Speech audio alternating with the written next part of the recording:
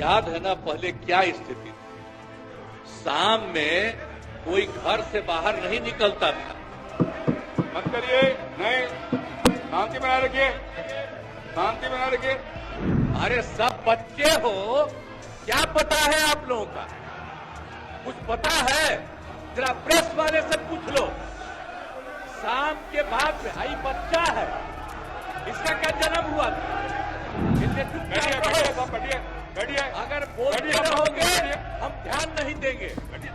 आप सुनते हो हिंदू मुस्लिम का झगड़ा कितना होता था।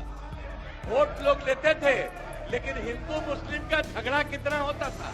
मुसलमानों को कुछ होता था तो उसको बचाने का कोई उपाय करते थे।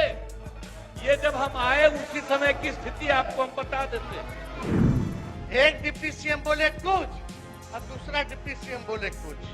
क्या आपने नहीं बोला था कि भाजपा का सीएम होगा तभी सपना साकार होगा? वीडियो है हमारे पास, सब लोग ने। अरे सदन में झूठ बोलते हैं। लोकतंत्र का मंदिर है, आप टीका लगाए हैं, सनातनी आदमी आप झूठ बोलते हैं। टीका से इतना नफरत है तो टोपी पहन लीजिए। आपको टीका से बहुत नफरत है तो टोपी पहनिए।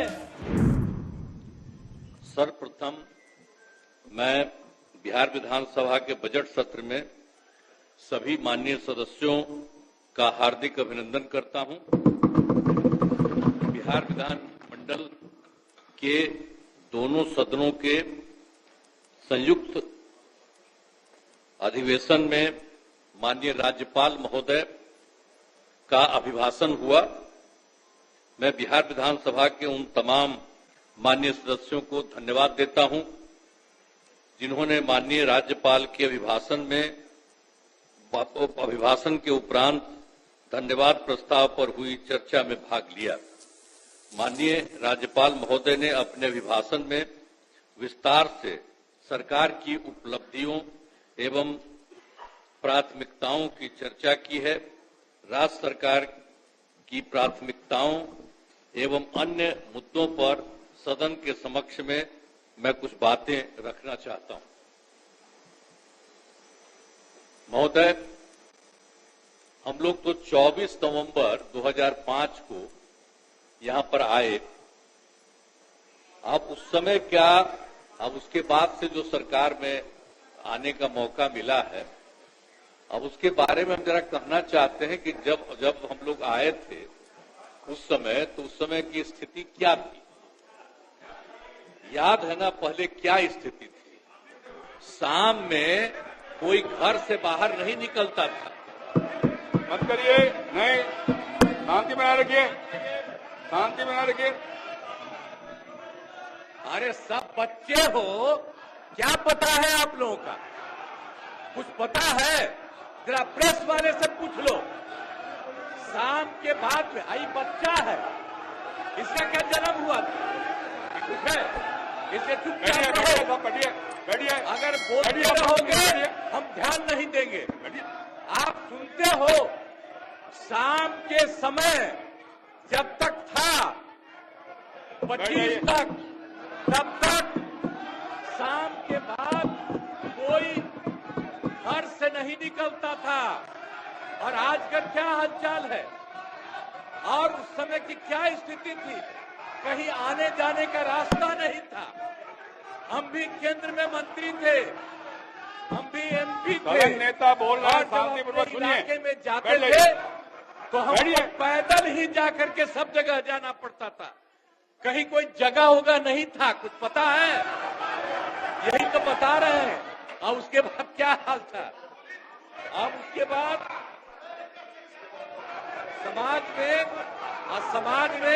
समाज में कितना विवाद होता था। समाज में कितना विवाद होता था उस समय, बुरा हाल था। और हिंदू मुस्लिम का झगड़ा कितना होता था।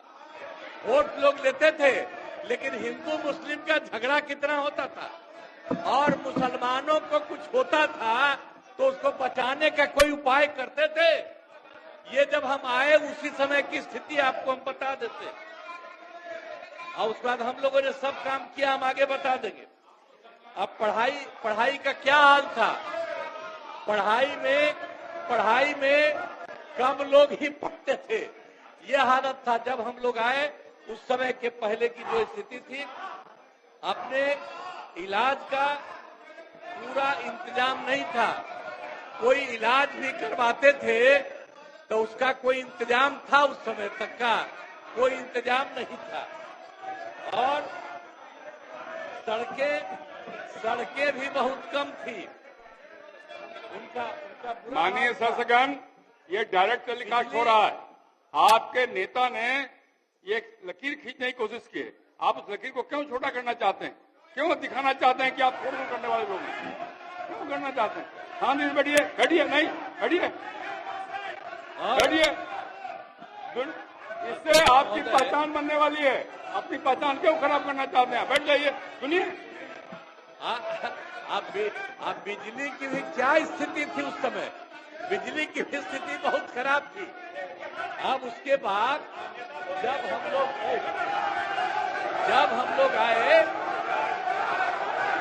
लोग आए तो हम लोगों ने अब किसी प्रकार का डर एवं भय का वातावरण नहीं है। राज्य में प्रेम, भाईचारा और शांति का माहौल है। हम सबसे पहले जो हिंदू मुस्लिम झगड़ा था उसके बारे में हम कह देते हैं।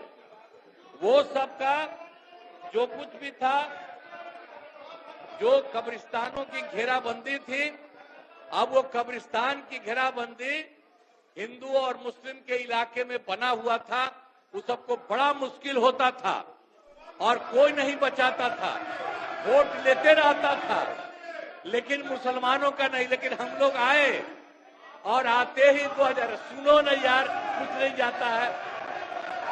अरे कुछ है। आपके जो सबसे बड़े नेता थे, उनका हमसे क्या रिश्ता था? कुछ पता है? ऐसे ही बोल रहे, इन लोगों के साथ हो गए हो, बेकार का काम कर लिए हो, अब उसको छोड़ दो।